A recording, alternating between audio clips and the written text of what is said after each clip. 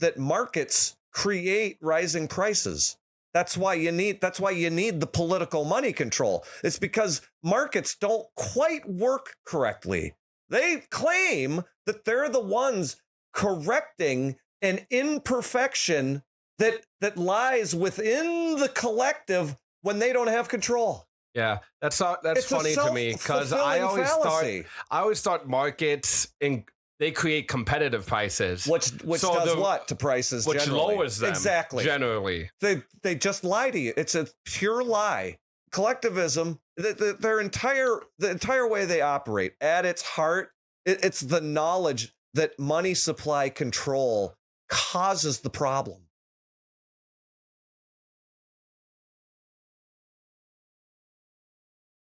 And 3, 2, 1. We are back, ladies and gentlemen, with number 205. It's time to close your mouse and open your minds because I'm back with the one and only Professor Phil. We got a lot to talk about today.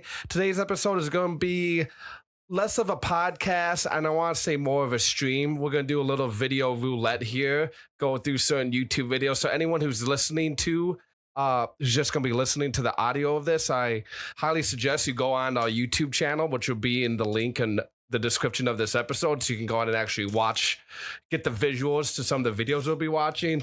The audio should suffice when you're stuck in traffic. We're going to kick things off with the excess household savings. We got a video pulled up already, so we got one in the chamber. I'm also going to give a challenge to Phil. He's not allowed to swear for the first 5 minutes.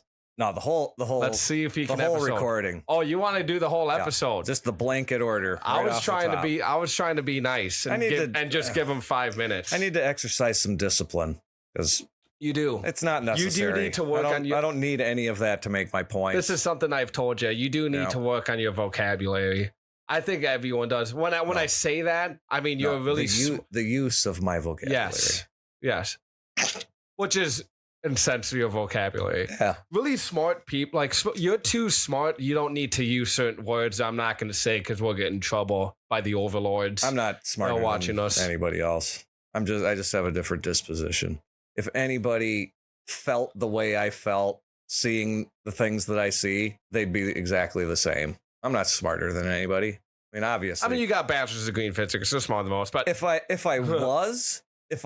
that were actually true, I would have gone a lot further in school. But I realized I didn't have that brain power to continue on that path.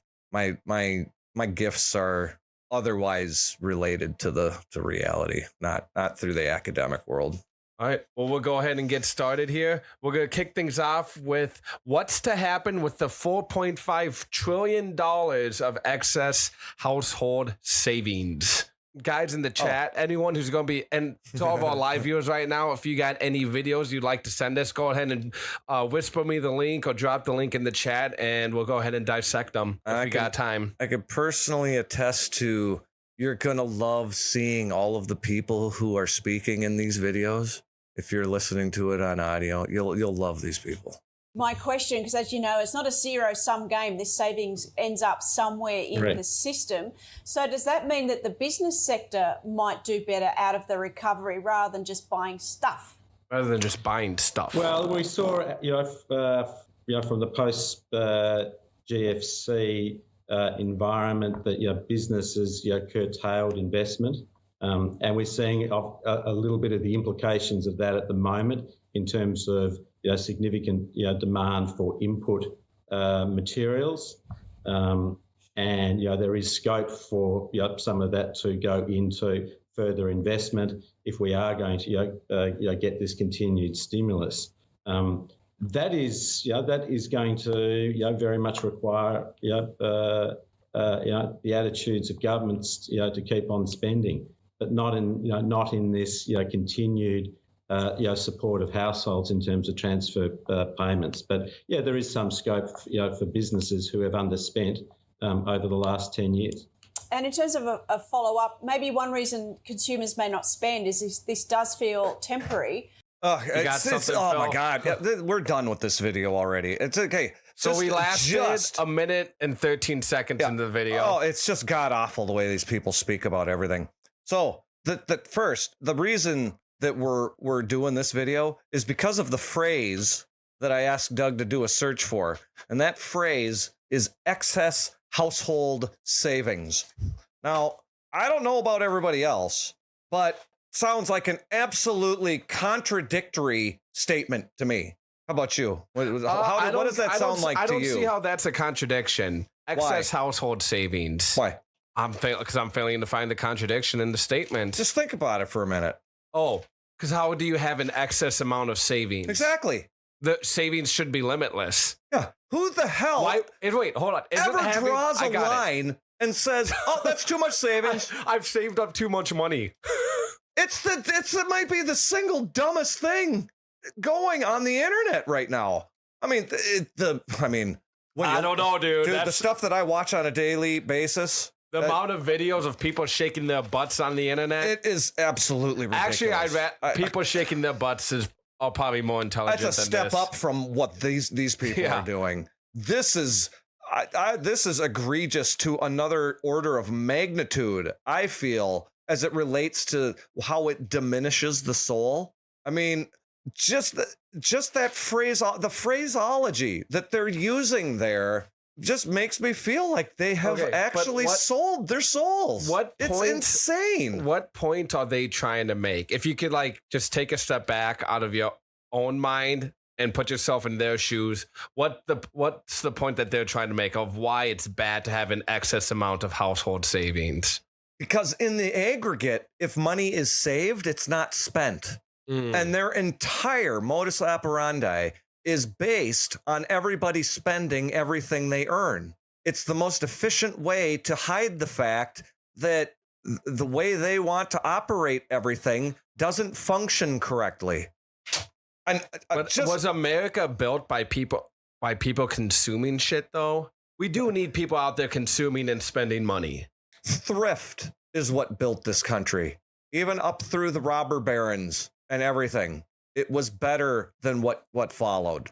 The situation with the robber barons and the people who had the foresight to go out into the settled areas that had not been turned into cities and find the resources and get control of the land and build up these private empires is far better than what we have now. The people in power used those people to scare everybody into thinking that what was better for them was public political control of money. So this whole idea that we need to have growth and wages rising. This is what I said. What prevents an employer from refusing to raise wages since all prices are going up?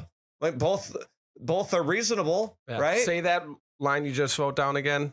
Well, the claim is that when inflation hits, employers all need to raise their wages so that everybody can afford everything. But how does that account for the employers? How does it account for the businesses that are now facing all of these increased costs? They don't just get to raise. It doesn't make any sense. You can't. Well, that means they have to raise the prices of their services. This idea, this universal growth of these numbers is just false. It doesn't actually communicate anything that's really happening. Yeah, but will inflation ever end? Not when you have political control of money, no. Inflation is going to steadily increase forever. There are two options. You can either deal with what is money and interact with people accordingly, or you can have political control of what isn't really money because it's politically controlled. It can't be money. You could see if banking had been left in private hands and the rulemaking for banking had been in a political method, you could have had a balance. But it's all just in the state. This is what I wrote. Where does the idea that everything needs to increase over time come from? They like to tell you that markets create rising prices. That's why you need the political money control. It's because markets don't quite work correctly. They claim that they're the ones correcting an imperfection that lies within the collective when they don't have control. Yeah, that's funny to me because I always thought markets they create competitive prices, which does what to prices, which generally? lowers them exactly. Generally, they just lie to you. It's a pure lie. Collectivism, the entire way they operate, at its heart, it's the knowledge that money supply control causes the problem. So if you just say that something else causes it and you're fighting that thing, you now have the perfect cover for being the cause of the problem. You know what I just thought of? It's triangulation. You know what I just thought of? It's the rule of human behavior. It's during COVID, the first lockdown, when we were going through this great reset, what businesses were allowed to be opened? The big ones. The big ones. The ones that had the most people milling through them all at the same time. And what did that do? It crushed all the small ones that were able to provide people like you and me with those same services the big ones were able to offer, but for a competitive and lower price and just as good, if not better, services. And who's the biggest beneficiary in the scene of all of that? It's a single company. Amazon. Yeah. And do you know how Amazon actually functions? How? All of its shipping operations are subsidized by a nowhere near cost arrangement with the post office. Mm-hmm. They don't pay for their business. They don't cover their own costs. So of course they're successful. I mean, if I took a basic element of what I do that accounts for a significant percentage of my total costs and just had the fucking government, and I failed. Yep. I already failed. That's strike one. Hold on. What time is it? Okay, so you did make it for everyone who forgot who was just tuning in at a later time. That's how badly this stuff angers me. I gave Phil a challenge to not swear for the first 5 minutes. In his defense, he made it 14, but he wanted to make it to the full length of the episode. Yeah, strike one. Oh, you better take a drink then. So, yeah, if I could displace a good portion of one of the main costs of the business that I carry on, I'd be successful too, because I wouldn't actually have to make a profit. I would just have to be inefficient enough to have a positive margin after throwing that cost out. So how do you not succeed when you don't have to pay for the costs of your services? Ask the That's people a good who fucking, like, how bad do a little you research. Have to fail? How big of a fuck up do you have to be for your business to fail if you don't have to pay for fucking anything? If it's all 100% profit? Well, a lot of people like to say that the government is a business, but it doesn't live up to a single requirement of actually operating. Have you ever ordered anything off Amazon? No. I'm guilty. I've never do it. I've ordered there's a lot of shit in this room I have ordered off Amazon. I'll be completely honest. The structure and the concept of how that company works in the current environment. I'm actually an Amazon Prime member. Once you're aware of how it actually operates, I think that if you use it, you have a moral dilemma on your hands. So am I a bad person for using Amazon? Well, if you didn't know at the time, all you can do is change your behavior going forward. Nobody should be condemned for mistakes made in that. Yeah, they got too much shit on there. I need these monitor stands. I got these microphones. Actually, I got. See, it's fucked up because Amazon puts me in that position where it's cheaper to go through them, and I don't have a lot of money. And the only way I could get like these microphones is like maybe a place like Guitar Center, really, or like just understand. But those small studio recordings, like they charge you a lot more. Yeah, and what happens when a company operates for a long time with government assistance and becomes overpowering? What ends up happening every time? They become the government. Everybody begins to complain about them. One, because they're not delivering what people want, because they don't actually have to make a profit. Yeah. They just have to make the numbers look good and skim the money off. The government's picking up the slack. And whenever the government is bearing the responsibility of a material cost in what is only nominally at this point the market, that entity will always fail, because nobody operating within it is ever held to account. So everybody just operates below what would be market efficiency because they're not accountable. It's what always happens. Every single human being that is ever in a situation where they don't have to live up to anything, very rare that they ever do anything other than fall back to whatever the standard is. And that's all they do. Well, it's making it. The news is making it a lot more difficult for people to hold themselves accountable because they're always giving them an excuse. This is your ethnicity. It's not your fault. It's their fault. This this is your religion. It's not your fault. It's their fault. I'm sorry. It is. I'm done granting passes to the general population over their ignorance of all of this. I'm sorry. If you're an individual who's sitting out there in the general population and actually absorbing these excuses that, like, it's my race or my sex or that I'm transgender, that's something that you have made up yourself. I'm sorry. You can't possibly be trusted with anything because you're making a decision to simply say, I'm going to base everything I do off of the fact that I can identify a marker. Now, if you passed, and this is what collectivism does, and this is why it always cannibalizes itself.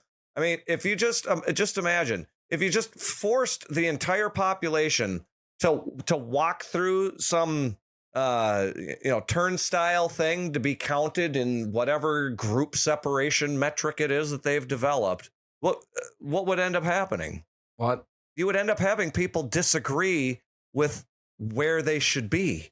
So the idea that you can actually start anything, that you have a valid starting point for making a statement about any of this stuff by starting with a group is pure nonsense.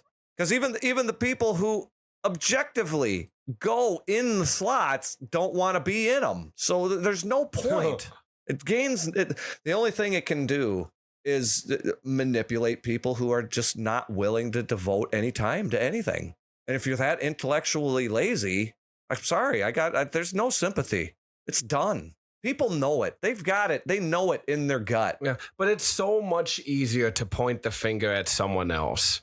I think that's another thing that I don't understand. But I think everyone does that at some point in their life, some longer than others. And I think it's a daily challenge that we all have to deal with.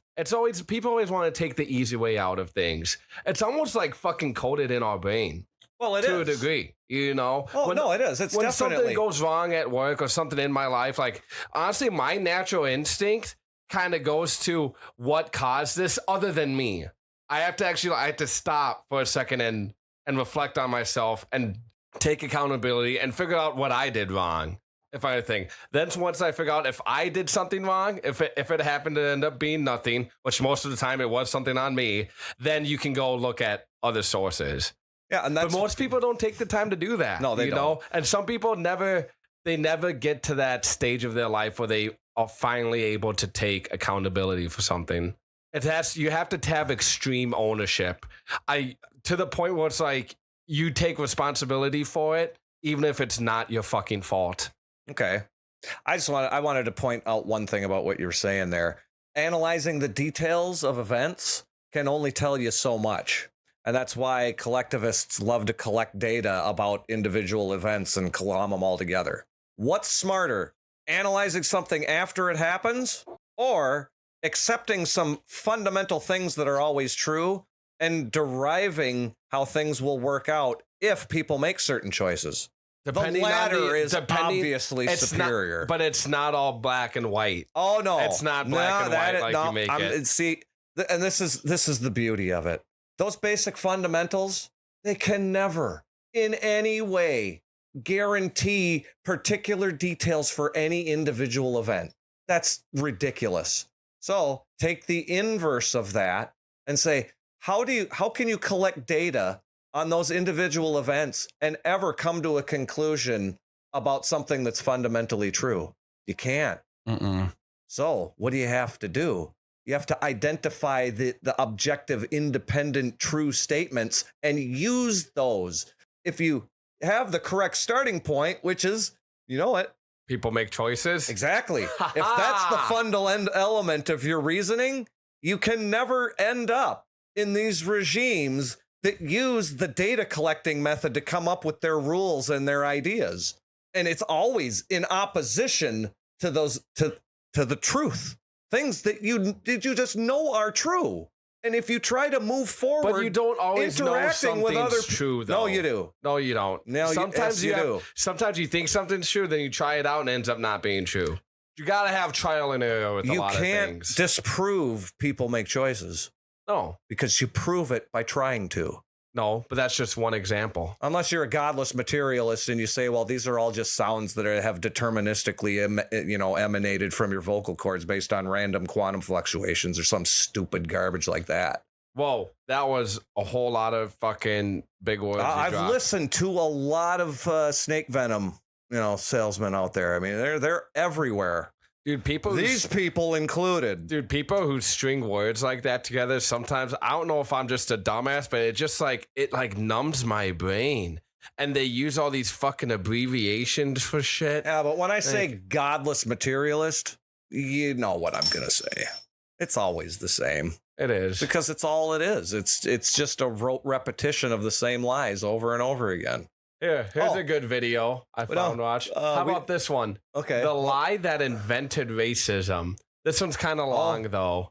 Oh, God, I was actually going to long. ask you to do a search for Charlottesville, and it's in the picture. All right, Charlottesville. Yeah, if you want to give this guy a run, I'm up. I'm game. Okay. We'll watch a little bit of it. We'll watch bits and pieces of it. Hold on. You're going to hear the ad for a second because I'm broke, but you guys can subscribe to us if you want to so we can get YouTube Premium. That's the only time I would ever subscribe for YouTube Premium is for you guys so you don't have to suffer through these fucking ads. Okay, so this video is a TED Talk. It's titled The Lie That Invented Racism by John Biewen. I think it's... or what's Phil's jab at that last name? It might be Beaven. Biewen, something like that. Sometimes W's or V's. What is up with us white people? Yeah, what is up with you guys? I've been thinking about that a lot the last few years, and I know I have company. Look, I get it. People of color have been asking that question for centuries. But I think a growing number of white folks are too, given what's been going on out there in our country. Okay. What's the date on this? And notice I said, what's up with us white people? Because right now, November 1st, 2020. Okay. Oh, Jesus. This so is just coming up on 2 years. I'm not talking about those white people. Not those white people. With the swastikas and the hoods and the tiki torches. They are a problem and a threat. They perpetrate most of the terrorism in our country, as you all in Charlottesville know better than most. Oh, well, this guy is... But I'm talking about something bigger, guy's more pervasive. I'm talking about all of us, white folks writ large. Let's talk about the Karens and the Chads. He's doing the big circle that says white people. It's pointless. Don't be racist. Good white people. Good white people. Right. Any good white people in the room? No such thing. I was raised to be. I personally such thing. I start from the ground zero. No good of my people. Parents. It makes reasoning a lot easier. At the time showed that only a small minority. This guy's not interested in that. Of white Americans approved and supported Martin Luther King and his work with the Civil Rights Movement. Okay, for everyone who may have missed that, this guy just said only 20% of white people actually approved Martin Luther King and his work. While Dr. King was still alive.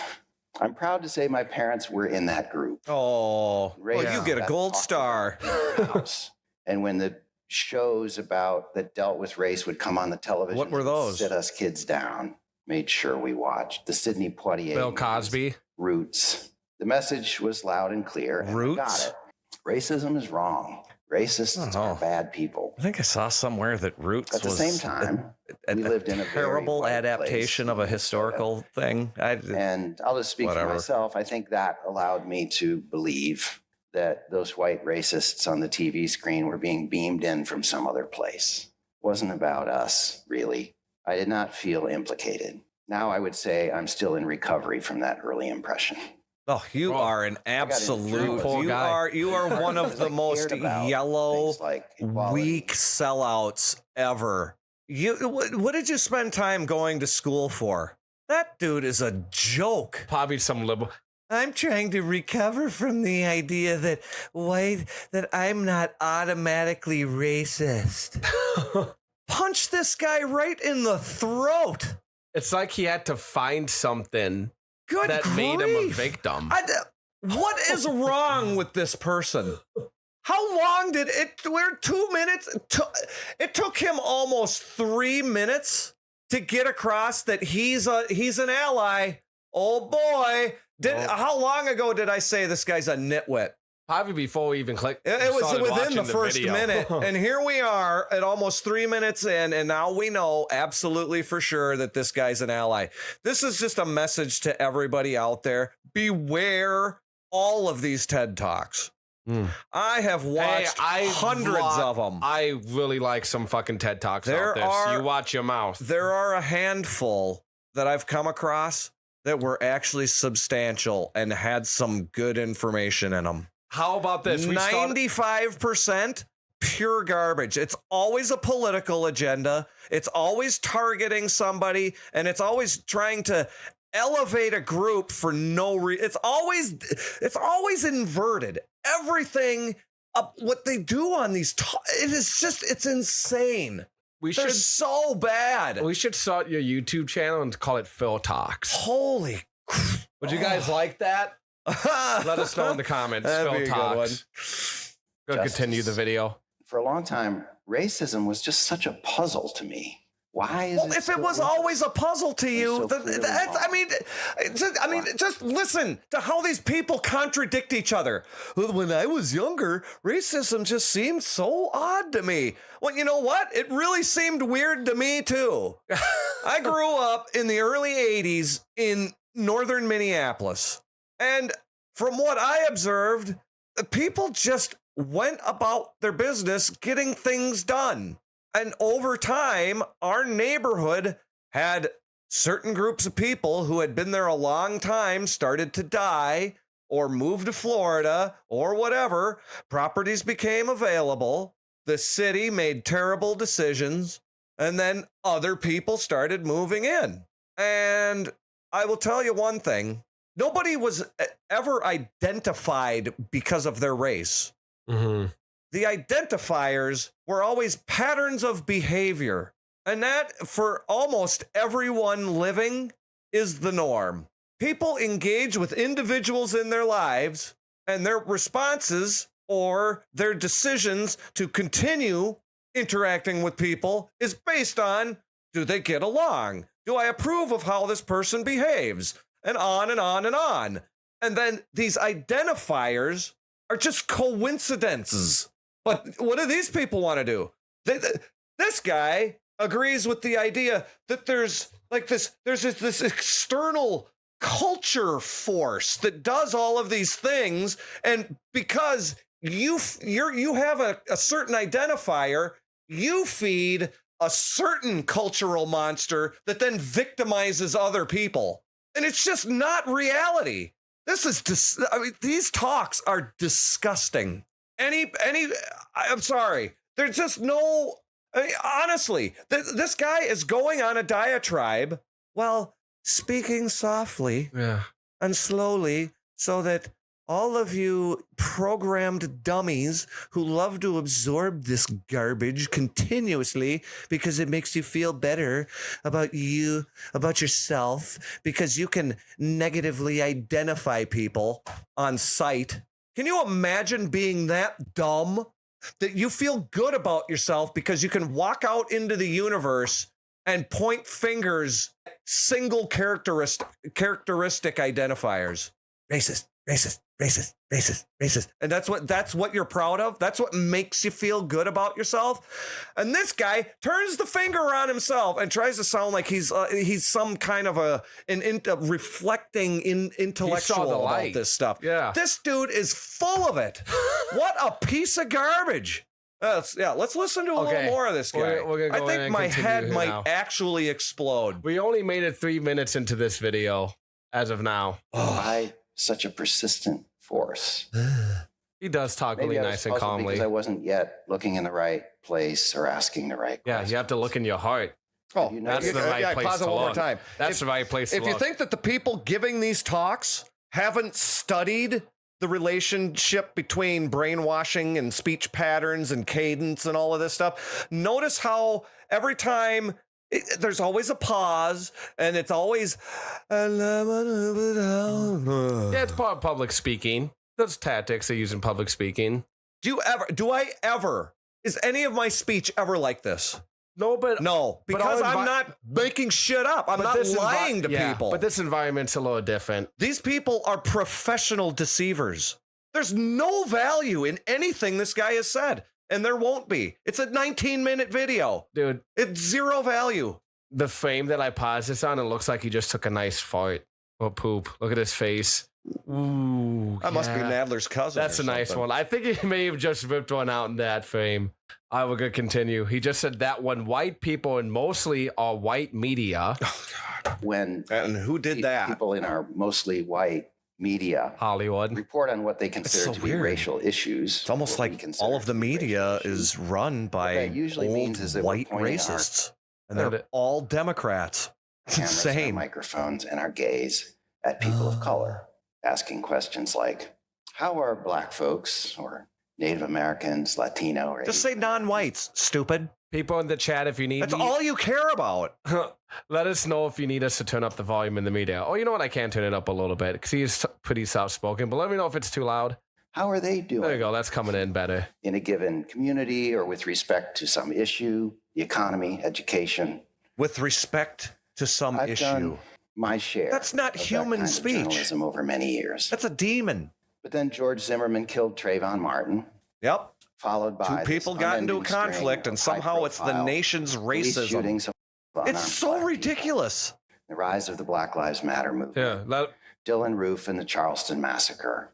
Oh, this guy! This is just trope. This is a trope parade. All the incidents from the day-to-day of American life, these overtly racist incidents that we now get to see because they're most of them you prefer to ignore, by the way.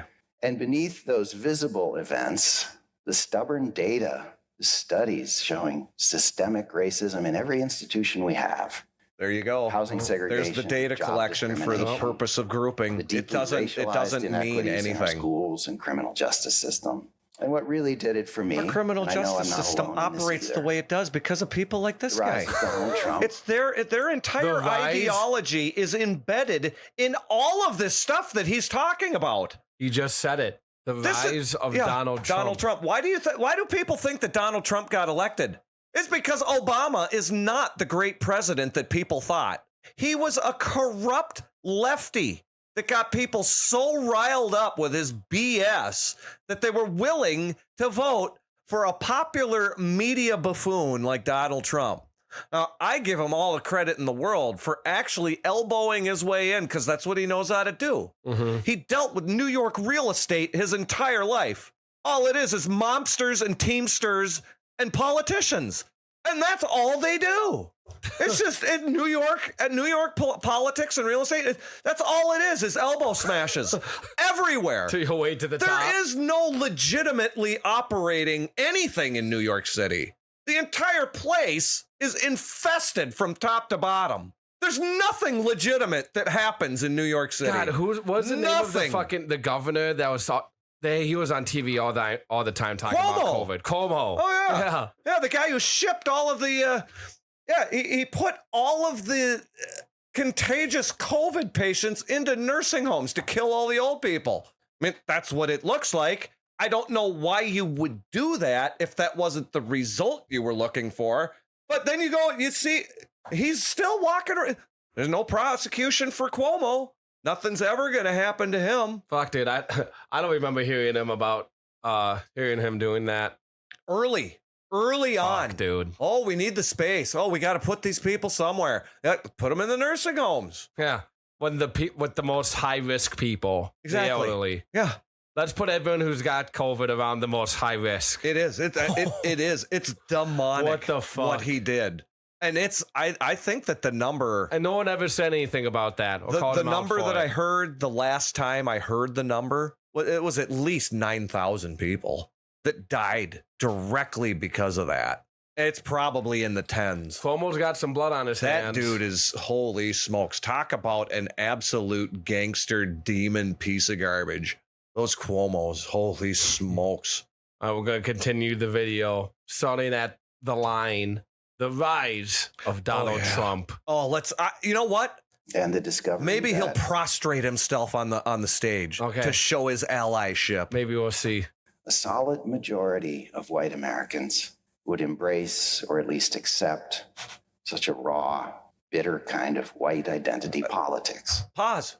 Where's the, you can't identify that in anything he ever did.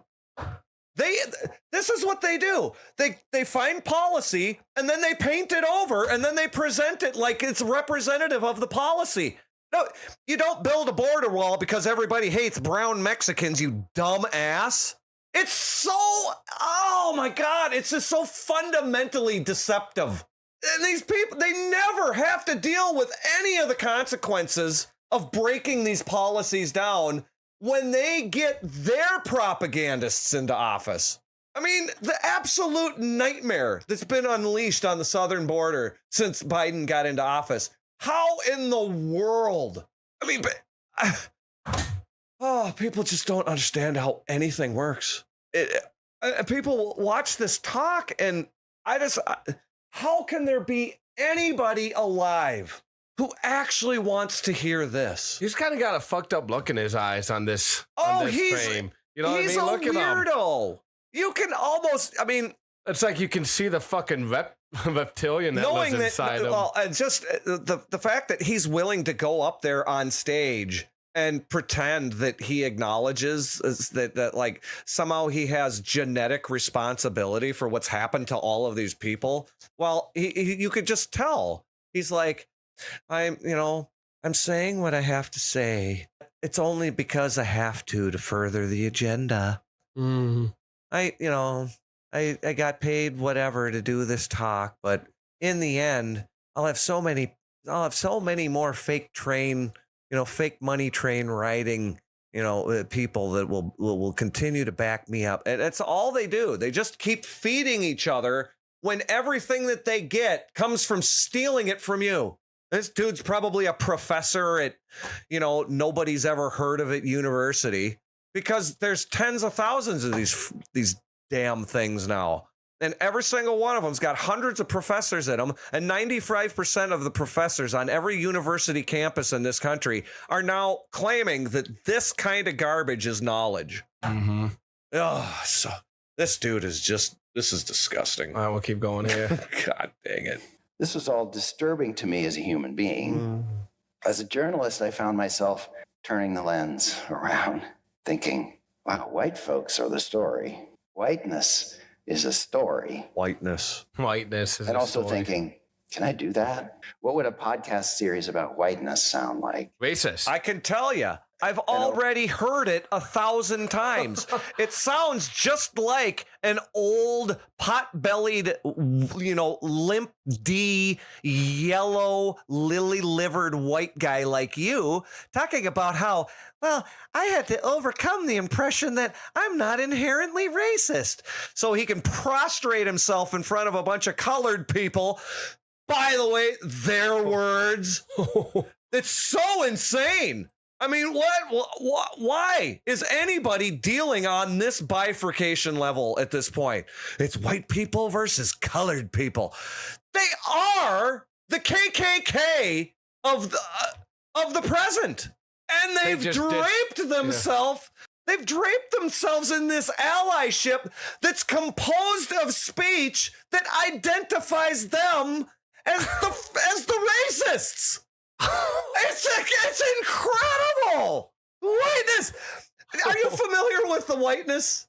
No, do you I'm understand? not familiar with the whiteness. Do you understand what whiteness is? Well, I hear the whiteness, I just think of cocaine. Let's go back to the whole economic thing from the first video. Demand for input materials, right? That's another one of these stupid aggregate things, right? Stimulus, government spending, support of support of households and transfer payments and all of this garbage. how do I even want to try to cobble this together? It all comes from the same bad seed, denying the individual. Putting people into groups. I mean, we established it before. If you start with the group as your basis of reasoning, you're always going to cannibalize yourself because it's not real. The only real thing is the single person. If you don't start with the single person, you have all of this data going back and forth between individuals that never gets accounted for. These people think that all that matters are the little tendrils that come down from their puppet hands into the top of your head. And that's what this guy's doing. He's sitting up there in the clouds where all of their false garbage, all their fuzzy bubbles. That's what I used to call it. Yeah. These people generate fuzzy bubbles, like the idea that there's this monolithic group of black people being victimized all over the place. When all you have to do is just watch TV for 10 seconds to see that that's absolutely ridiculous. So fuzzy bubble destroyed, but everybody continues carrying it around in their head. I'm just fucking, no, I failed again. I am just blown away by it. It's just, it all culminates in the same concept, but nobody's aware. Let's make them aware. Let's make them woke. People are, but it just doesn't seem to penetrate. Okay, we're gonna start with the video again. We stopped on the frame with the line, and oh, by the way, this could get uncomfortable. It's probably what he tells women, women that he takes on dates, because they know that people with a conscience, something, the little angel on the shoulder, anybody who actually has that still operating will be made uncomfortable by everything this guy says. They even predict what they're going to do to you. And unless you're aware of how they operate, you just get victimized by them over and over and over again. Oh, by the way, this could get uncomfortable. I had seen almost no journalism that looked deeply at whiteness. That's because it's not a thing. And especially black intellectuals have made sharp critiques of white supremacist culture for centuries. And I knew that in the last 2 or 3 decades, scholars had done interesting work looking at race through the frame of whiteness. What it is, how we got it, how it works. You got to pause again, because this is the most this might be the single most ridiculous plank in their platform for this garbage pile that they claim is a movement of, enlightening people and generating, greater understanding of the world or whatever. Whiteness is anything that actually complies with the expectations of individuals who make agreements with each other. So if I hire you to do something, my expectation that you show up at 8 a.m. and be ready to go, that's white. It's white to be on time? Yes. It's white to want to get up early? Yes. It's white to actually work hard while you're at work and not fucking pull out your cell phone? Even better, it's the desire to actually, like the night before, even have the thought in your head, I have to be at work at 8 a.m. That's white. Holy shit. The idea... So it's white to be like, you know what, guys? I'm not going out to grab drinks tonight. I got to wake up in the morning. Oh, you know what? I'll go out for 1 drink and then actually leave after 1. Yes. That's probably the whitest fucking thing you can do. The idea of time itself, like actually even having units of time, like seconds and minutes and hours and days, that's white. If you're a student in my classroom, mind you, it doesn't matter what color I am. If I expect you to hand in your homework, that's white. If I expect you to behave in a way that doesn't disturb your fellow students, that's white. If I expect that the people who are actually in charge of discipline for the school, say the vice principal and the principal, maybe some other, who knows how they don't do discipline in schools anymore, but that's how it used to be. If I expect the disciplinarians to generate a punishment for you for whatever the negative reason is, something that you've done that has negatively affected what's going on in class, that's white. Anything that makes sense for individuals to expect of one another when they're trying to cooperate, any of those things, that's all white. It's insane. They're actually telling you that if you want to, cleanse yourself of any whiteness, you have to be an always oppositional, lazy, late, stupid, violent person. That's the opposite of white to them. Yeah. Why do you think we have cities in this country that have now they've created policies in their schools where students don't have to attend, don't have to do any of the work, never get punished for violence in the building. But they get diplomas. What's that going to do to our future? Well, they've already destroyed the immediate future. I mean, there's nothing for the people who have tried to carve out anything productive for themselves in the past 10 years. There is no younger, inexperienced group of people who are going to be willing to put in any of the sweat equity to get into doing anything productive. They're all going to walk out of school with a phone glued to their eyeballs, talking about LGBTQ, white, black, yellow, red, rainbow. All they do is spew nothing. That's TikTok. The people that are generating content on TikTok, they're completely vacuous. There's nothing. You're on TikTok. Oh, I know I'm on there, but I didn't make it. We made it together. I didn't make it. We need to make a TikTok of you just a TikTok video. What's up, Video Games? Thanks for tuning in. We need to make a TikTok of you just shaking your butt. Oh, good grief. That's the latest trend. No. Okay, let's continue the video here for a little bit. So, Video Games, we're watching TED Talk right now, and everyone else who just tuned in. We've only made it 6 minutes into this video. Yeah. This guy is so atrocious. I can't even let him keep talking. So we're going to continue the TED Talk, The Lie That Invented Racism. I started reading, and I reached out to some leading experts on race and the history of race. Well, there's your first mistake. One of the first questions I asked was, where did this idea of being a white person come from in the first place? Science is clear. We are one human race. We're all related. And all descended from a common ancestor. You had to go on this whole soliloquy about how you had to get over the idea that you weren't inherently racist. Places and lost it's so crazy. A lot of their melanin, some of us more than others.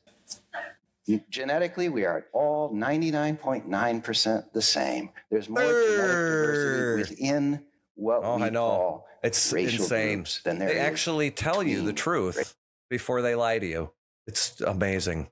The guy has brought up that's two fundamental points that make everything else he's saying complete nonsense. Yet he keeps them in there. It's really weird. It's almost like there are agents out there picking out the little bits to trick people who actually know something.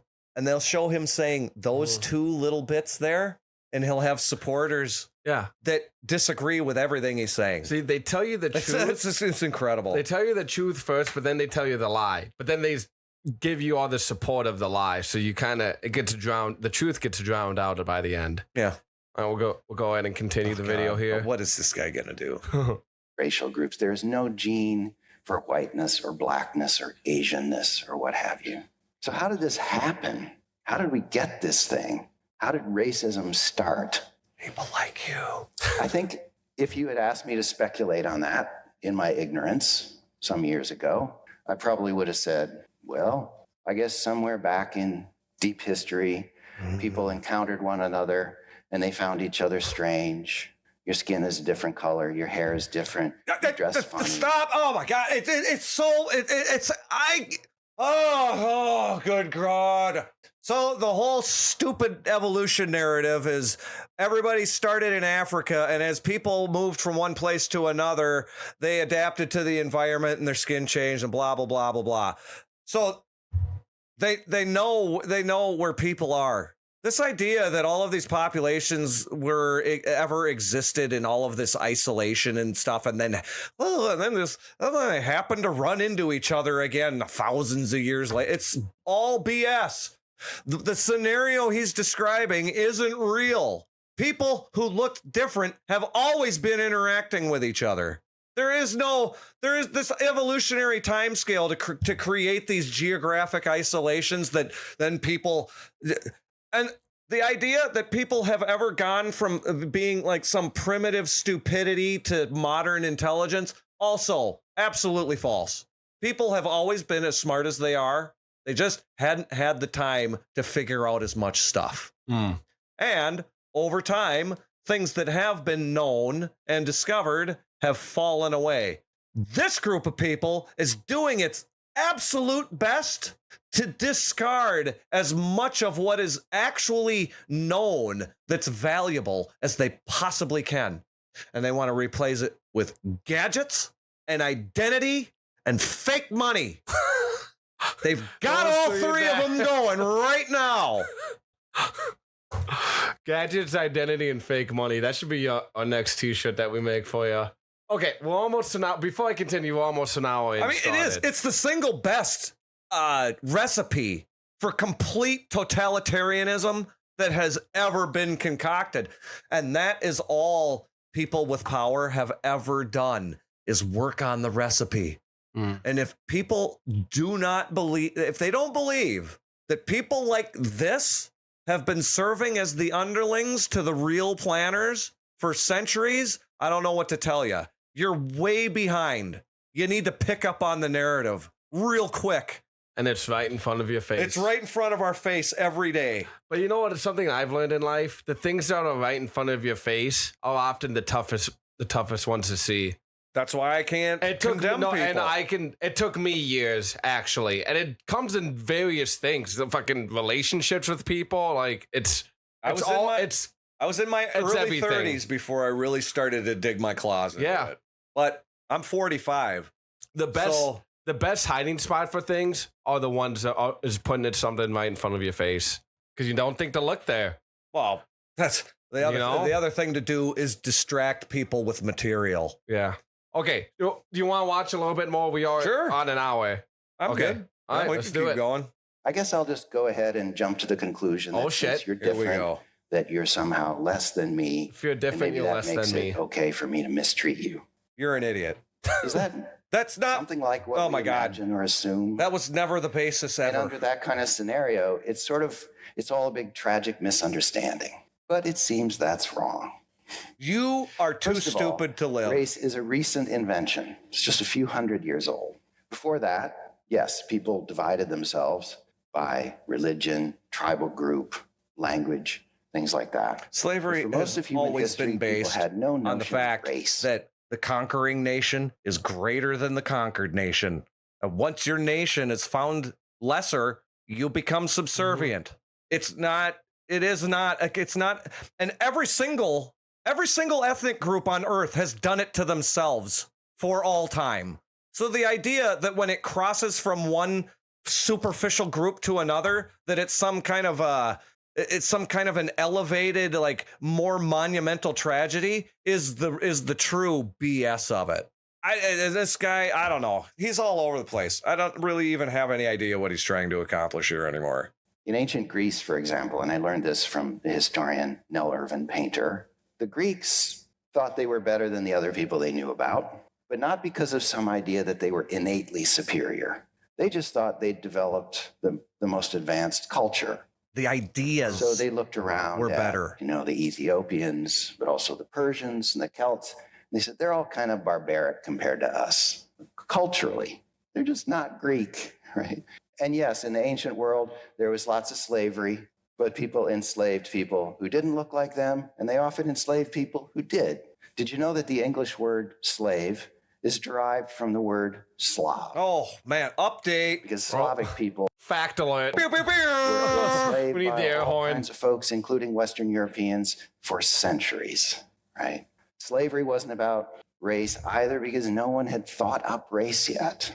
So who did? I put that question to another leading historian, Ibram Kendi.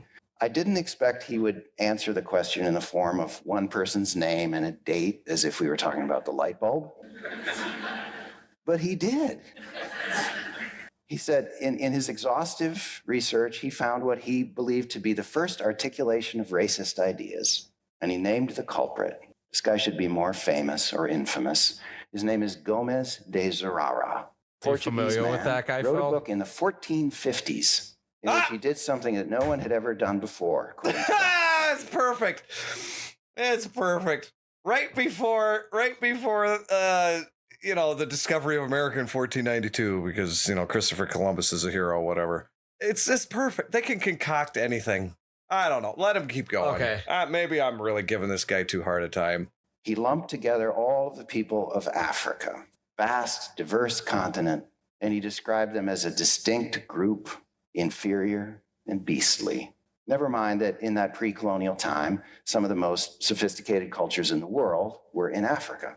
Why would this guy make this claim? Turns out it helps to find money. First of all, Zurara was hired to write that book by the Portuguese king.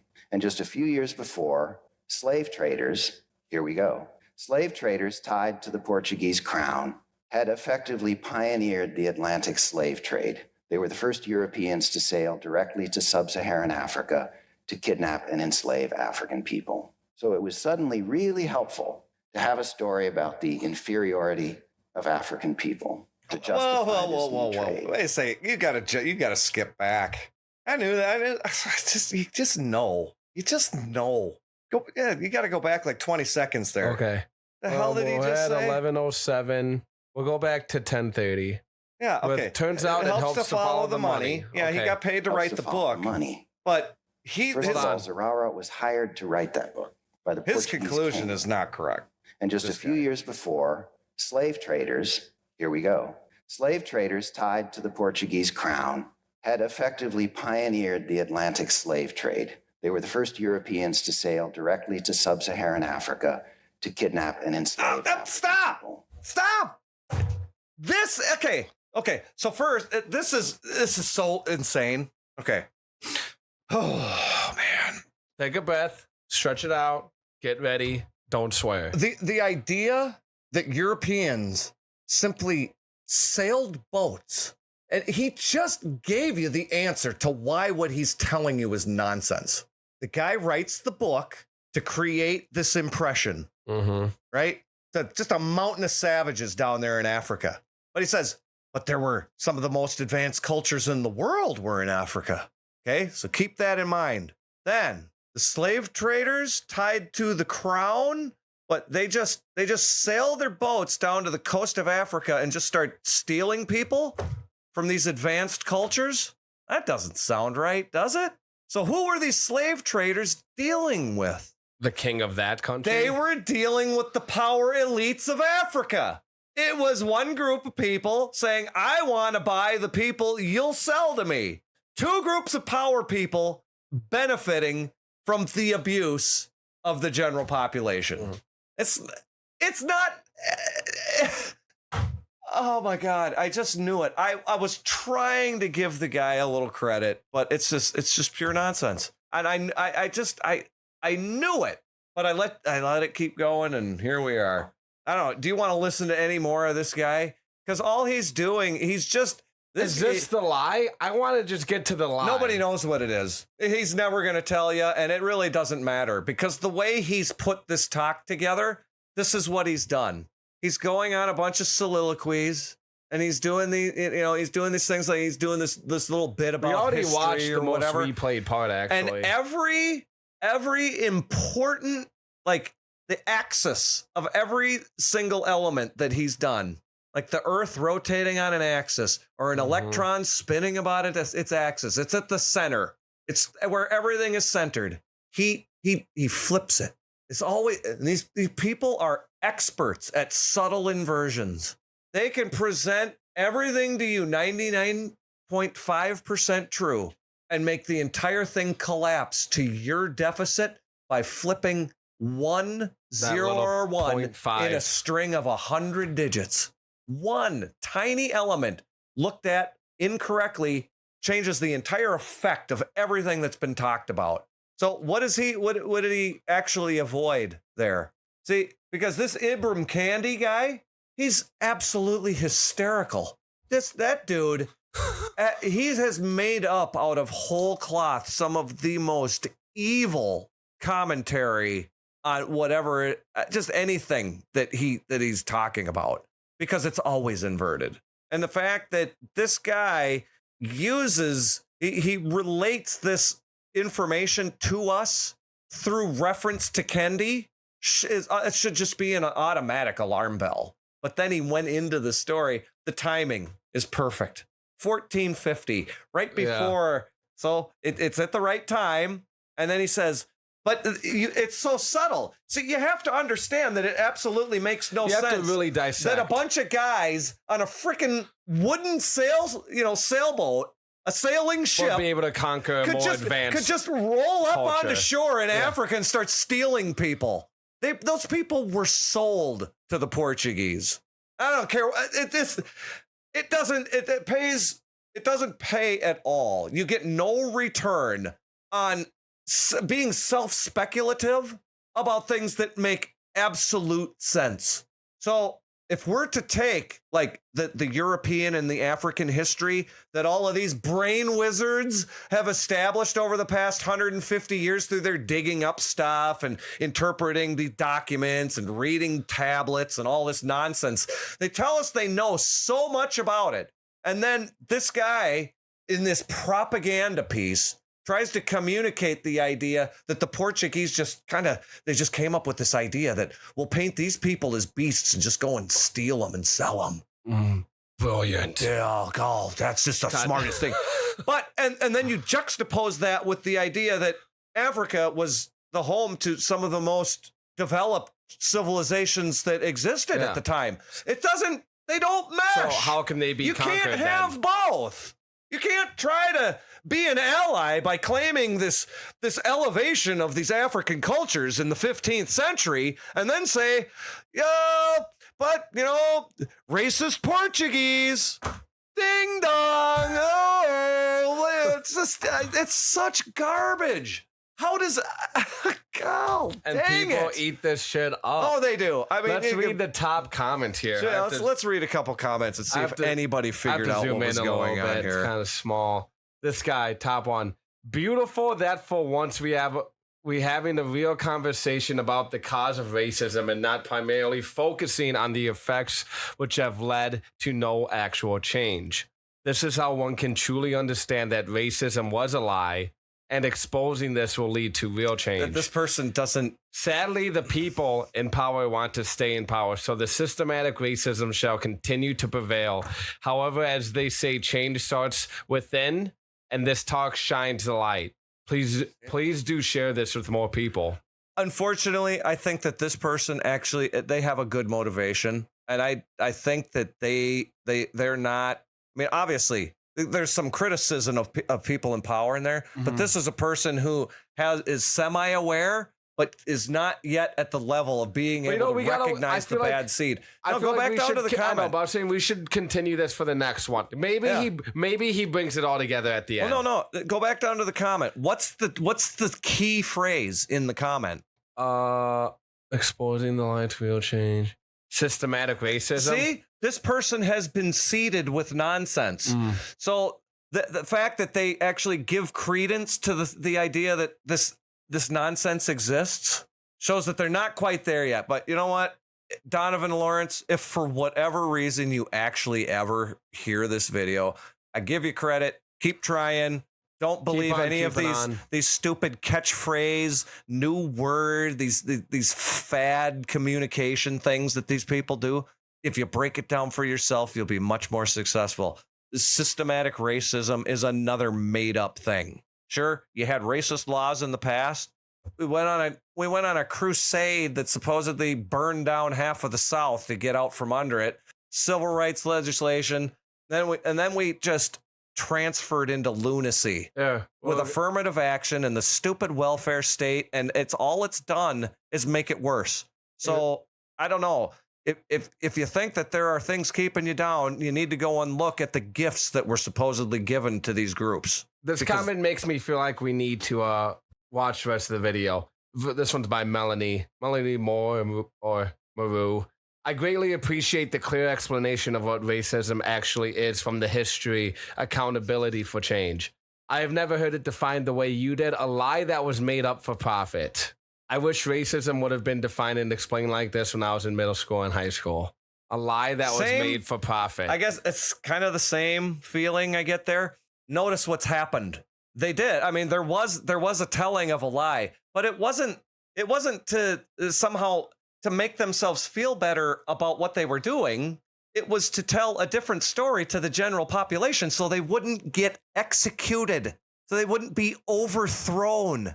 That's the worst thing you can do is allow your population to see that you are doing something so evil that they will depose and execute you. That's what the book was about. Dude, here's a good one that relates to a lot of shit these days. The further society drifts from the truth, the more it will hate those who will speak it. George Orwell. God bless you and your family. You're a realist. Let's see, this one's from Joe Dizwixie or some shit. I've read the same theories that Joe Biden described. This sounds like Biden, but it's not his last time. Anyway, except for the Portuguese writer he mentioned. The motivation to perpetuate the race concept was basically money and accumulation of valued items. This needs to be examined by our media outlets and shared with the viewing and listening citizenry. Well stated. Where can a transcript of this presentation be obtained? You're just trying to figure out what. I think he'd be better off listening to me rant about it. Probably. It's the lathering of just frosting over of everything. I'm an African American, and this is the most real conversation I've heard yet. Well done. Yeah. Thank you so much for this. I am Afro-Arab from Bahrain. Mm-hmm. I've always had a hard time trying to identify race. Sorry, I'm reading the screen at an angle here. Considering the fact, maybe I'm getting old. My eyes are back. Considering the fact that I have brown, white, black, and Central Asian roots, that's why I'm working in the field of racial studies and post-colonialism, which I educate people across my social media. Are you okay? Boy, I mean, generally when you see racial. How can you educate people on social media? Racial studies and post-colonialism, that's always a red flag for me, because what difference does that make to anything now? I mean, if you dedicate your life to somehow just expounding upon grievance that gives you the capacity to steal from your neighbors, that's just self-destructive. Listen to this one. What is the point of that? This is the question I've had for years. Nobody could answer it. Thank you, sir, for speaking out the truth everybody needs to know. Okie doke. Thank you, John. You just unveiled yourself as a truly evolving human being. God bless you. Keep being human. Keep the evolution on. You're greatly beloved. There are some long ones here. I can't help, as I watch him speak, but to think of how personally courageous he is to approach this topic. Where's the personal courage? I'm going to get up on stage and flagellate myself about being inherently racist. And then I'm going to give you this historical explanation. Well, he says on such a widely viewed platform. It's just so hollow. Yeah, it does take courage just to get any time you're doing public speaking, dude, getting on stage and speaking to a large group of people. It takes some courage, no matter what it's about. Not for people who want attention. That's true. People who want attention, they'll get up on stage and do anything. That's what OnlyFans is for. I mean, okay, I think that's enough, dude. We're over an hour, 20 minutes here. I'm worn out. Yeah. Maybe we'll continue. I kind of want to continue. Maybe we'll continue this next time. Yeah. I don't know. I might have to watch that clip at home on my own. Maybe I missed something at the beginning. I just don't get a good feeling from anything in this talk. We'll figure out. Well, thanks for tuning in, everyone. Thanks for listening. If you got any videos that you would like Phil and I to watch and listen to them here freak out and go on rants to, please drop them in the comments or go ahead and send them to us. All the links for all that stuff will be in the description below. Bonus points for subtlety. That's what I'm really interested in. Like, I think that this guy he's a subtle. What's the word? He's a subtle underminer. What's on the surface it's kind of checking out, but then when you like that contradictory part, there are pieces of the foundation underneath that are completely missing. Well, maybe we'll figure out next time. Yeah. And I didn't choose the Doug life. The Doug life chose me. Filio. Peace.